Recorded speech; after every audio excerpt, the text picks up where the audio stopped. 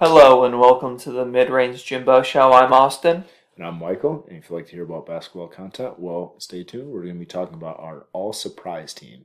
And that's just players that have gotten off to a hot start and done things that we haven't expected them to do.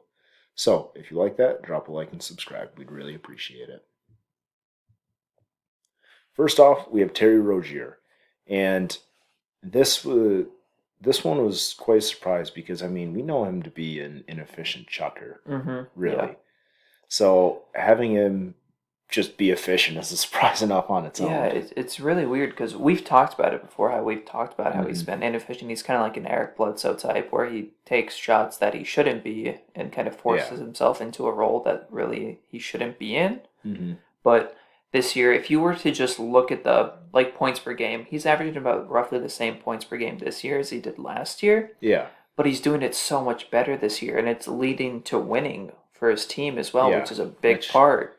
which I say I'm kind of glad because I had the Hornets making the playoffs. Granted, they are what 3-5 Three or and five or like 4-4 or yeah, something like that. I'm not thus, quite sure. and this season's still pretty early on, so I mean, there's plenty of time for them to win some more games. And I think an underrated aspect of why Terry Rozier's been good is, I mean, we talked about this before with Gordon Hayward.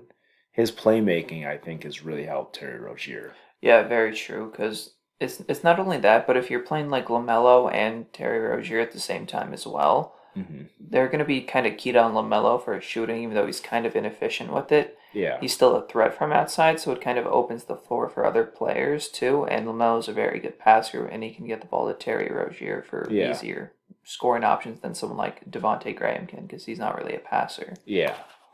And I think my favorite highlight of Terry Rozier this season was his dunk over KD. Oh yeah, for sure. That was nice. Yeah, that was pretty awesome to see. Terry But Rozier, he can put a few people on posters. He doesn't mhm, seem like the type to do it, but he has the yeah. ability to. I think for him it's not so much that he has like the hops like you normally see with somebody like Derek Jones Jr. Right. It's that just I think he goes up really strong. Oh yeah, definitely. He's not afraid to go to the rim Yeah. on anyone, it seems. But I mean overall he's been quite the highlight for the Hornets. And next we have Jalen Brown, which personally, I thought, he has his hot streaks. I didn't think this was too hot of a start, but you thought that, he's really gotten off to a good start. Yeah, and I, And I, I feel like it's not just a hot start, but I feel like he can kind of not obviously stay at these shooting splits because that's some absurd shooting splits right yeah, now. But I feel yeah, like he can keep this going to an extent where he's still a really efficient scorer and just the second option to yeah. Jason Tatum. Because without Kemba, he's had to step up a Hmm. lot. And of course, when Kemba comes back, you're going to see his points and stuff like that go down.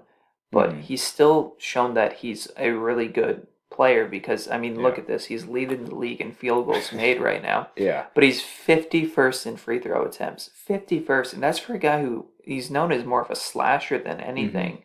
That's impressive that he's able And to do that. well, we talked about this a little bit before too, and it's just like we don't really watch too many Celtics games, personally, but we have to wonder whether Boston's just not getting the calls or if he's just avoiding contact or what. Because I mean, that's something simple if you're avoiding contact that you can just try and change. And he could easily be averaging almost 30 if he bumps up quite a bit in free throw attempts. Definitely, But because we don't have what the free throw average is right now. He's averaging 4 free throws a game. yeah, 4 a game. That's just crazy for a guy like him. yeah, But I kind of feel this way, and I know some other YouTubers have talked about it that the NBA kind of doesn't give the calls they should to slashers and guys who go to the rim a lot more than they do shooters. Shooters get a yeah, lot more calls, I think, because hmm, like you have a guy like LeBron who he yeah. gets fouled like dang Oh near yeah. every time he goes to the rim.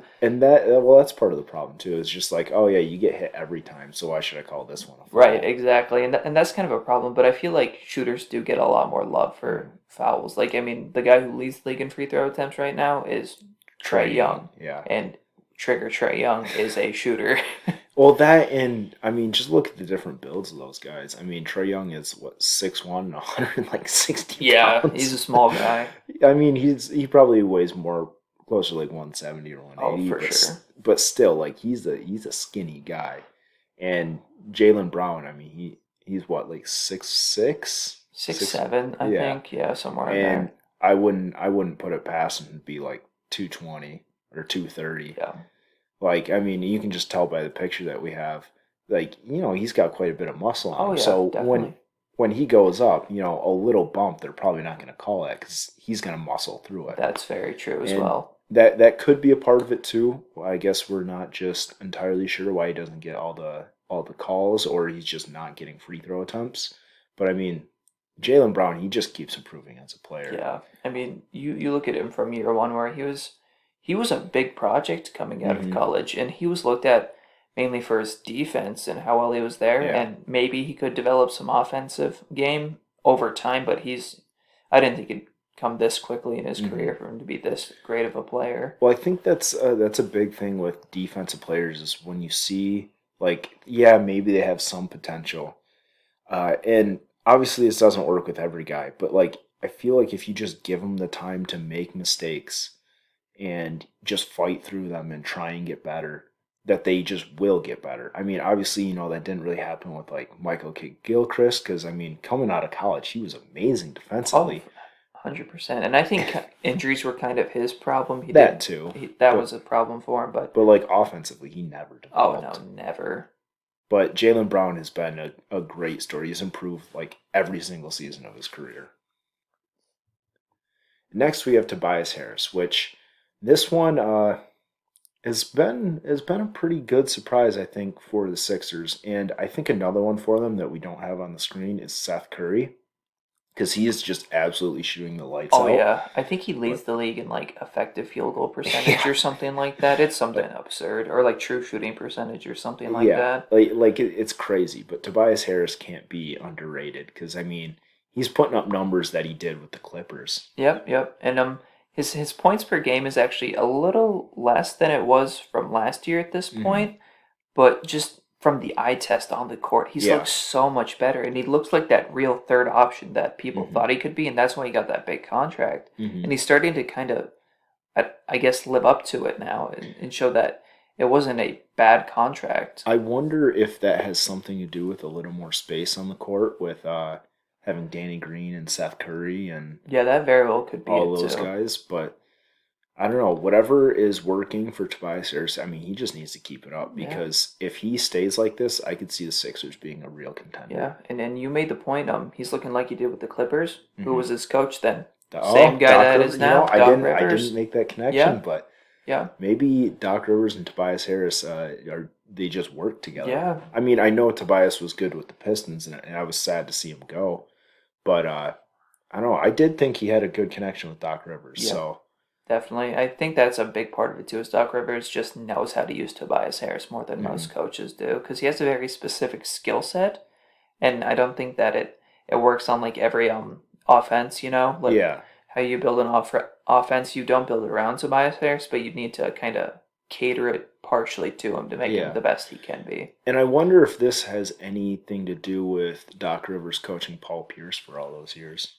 That could be it. I'm not sure, but yeah, it's a possibility. That's for sure. I say, and I didn't think about that before. I mean, that just popped in my head with you saying something about Doc. Hmm. But I don't know, just like the kind of bigger wing. I mean, Tobias is a good mid-range shooter, same as Paul Pierce, Very. and I don't know. I feel like they have some similarities in their game. Yeah, they very much do. It's kind of the mold of like Paul Pierce, Carmelo Anthony. They're Hmm. obviously significantly better at it than Yeah, Harris, but yeah, a Harris, lot better. yeah, Harris is still like has a similar skill set to the two of those players. Yeah, but I think he could keep this up for the season. Maybe not exactly what he's doing, but as long as he can stay around this for the whole season, the Sixers will be good. Definitely.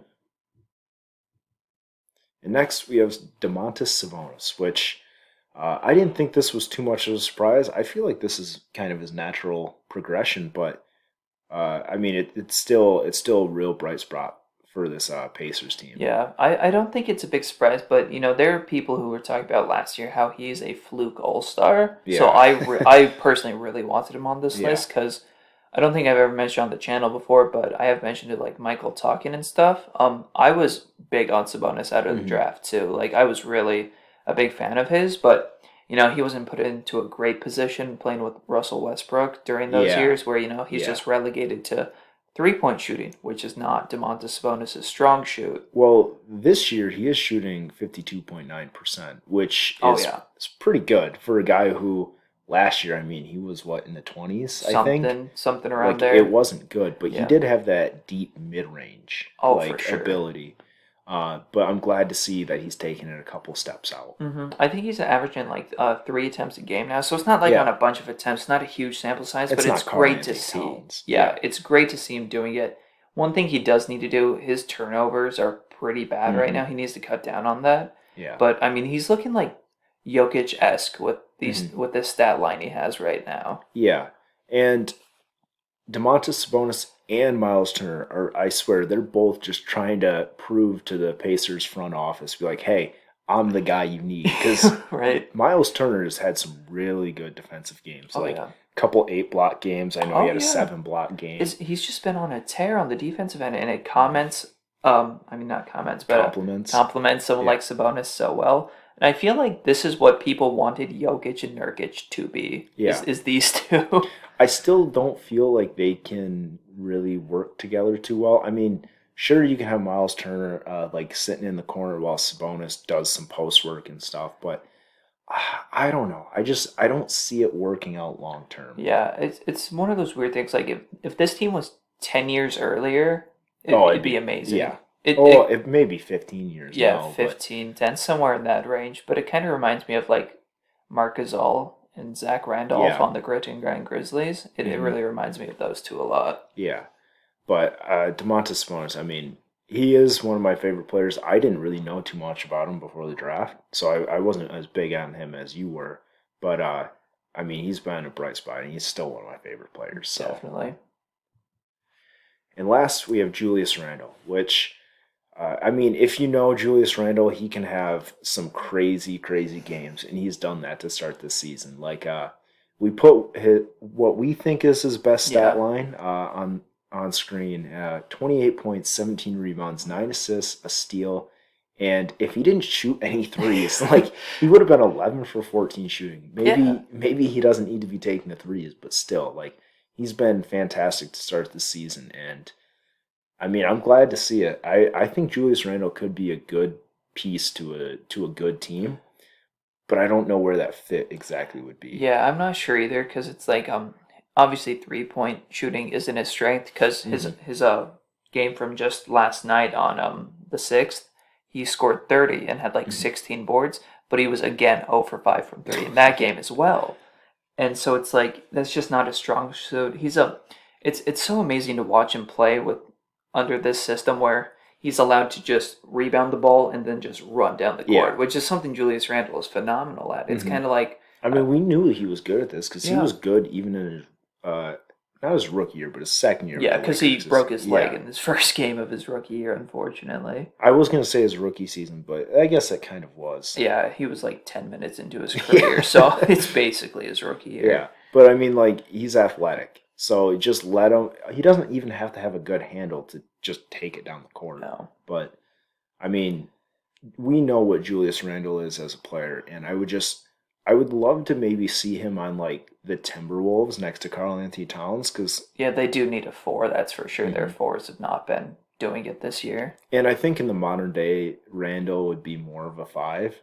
Probably. But next to a guy like Karl Anthony Towns, I don't think that matters a whole lot. Because No. when Towns is off the court, you can just let him do whatever in the post.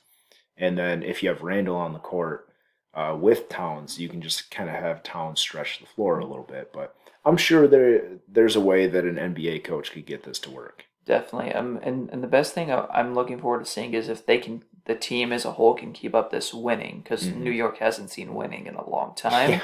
So with Julius Randle as the front runner, I wonder if they can keep this going if they can even potentially push for like a play-in spot. That, and I think RJ Barrett needs to keep his like revenge tour going because Oh yeah. he's been good to start the season, and I think he's angry about not making the all rookie teams. He probably is. He's probably got a chip on his shoulder. It'll be interesting to see. I'm just gonna. All right, so if you guys like this list, go ahead and drop a like and subscribe, and let us know what you think about it. We'd love to hear what you guys have to say about it. Yeah, for sure. Let us know who you think's the biggest surprise this year as far as players go, because you can always add more players to this list if you want to. There's always those guys that start the year and you're like, where did they come from and what did they do? Yeah. So I want to thank you guys for watching. Have a nice day.